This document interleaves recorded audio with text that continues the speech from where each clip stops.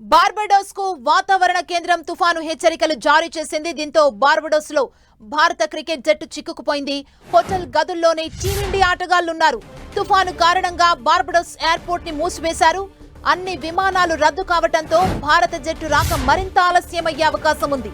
తుఫాను హెచ్చరికల నేపథ్యంలో బార్బడోస్ లో కర్ఫ్యూ విధించారు. అన్ని దుకాణాలు, కార్యాలయాలను మూసివేశారు.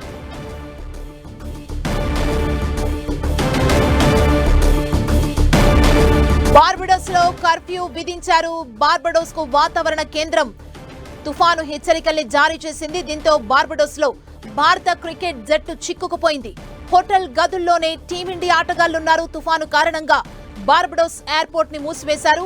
అన్ని విమానాలు రద్దు కావడంతో భారత జట్టు రాక మరింత ఆలస్యమయ్యే అవకాశం ఉంది. తుఫాను హెచ్చరికల నేపథ్యంలో బార్బడోస్ లో కర్ఫ్యూ విధించారు. అన్ని దుకాణాలు, కార్యాలయాలను మూసివేశారు.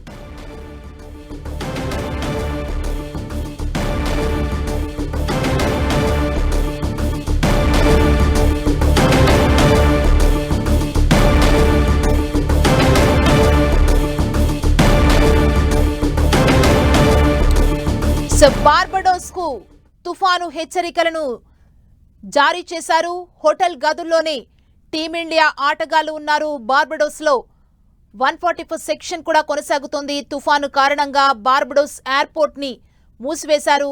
అక్కడ కర్ఫ్యూ విధించిన సిచ్యువేషన్ కనబడుతోంది. బార్బడోస్ లో భారత జట్టు రావటానికి మరింత ఆలస్యమయ్యే అవకాశం కనబడుతోంది. మనం దానికి సంబంధించిన న్యూస్ ని చూస్తున్నాం. బార్బడోస్ లో భారత క్రికెట్ జట్టు అక్కడే ఉండిపోయింది. వాతావరణ కేంద్రం బార్బడోస్ కు తుఫాను హెచ్చరికల్ని జారీ చేసింది. దీంతో బార్బడోస్ లో మన భారత క్రికెట్ జట్టు అక్కడ చిక్కుకుపోయింది. హోటల్ గదుల్లోనే టీమిండియా ఆటగాళ్లందరూ హోటల్ గదుల్లోనే ఉన్నారు. తుఫాన్ కారణంగా బార్బడోస్ ఎయిర్పోర్ట్ ని మూసివేయడం జరిగింది.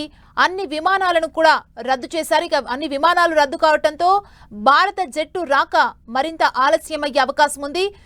మరోవైపు తుఫాను హెచ్చరికల నేపథ్యంలో బార్బడోస్ లో కర్ఫ్యూను విధించారు. అన్ని దుకాణాలు, కార్యాలయాలను బార్బడోస్ లో మూసివేశారు.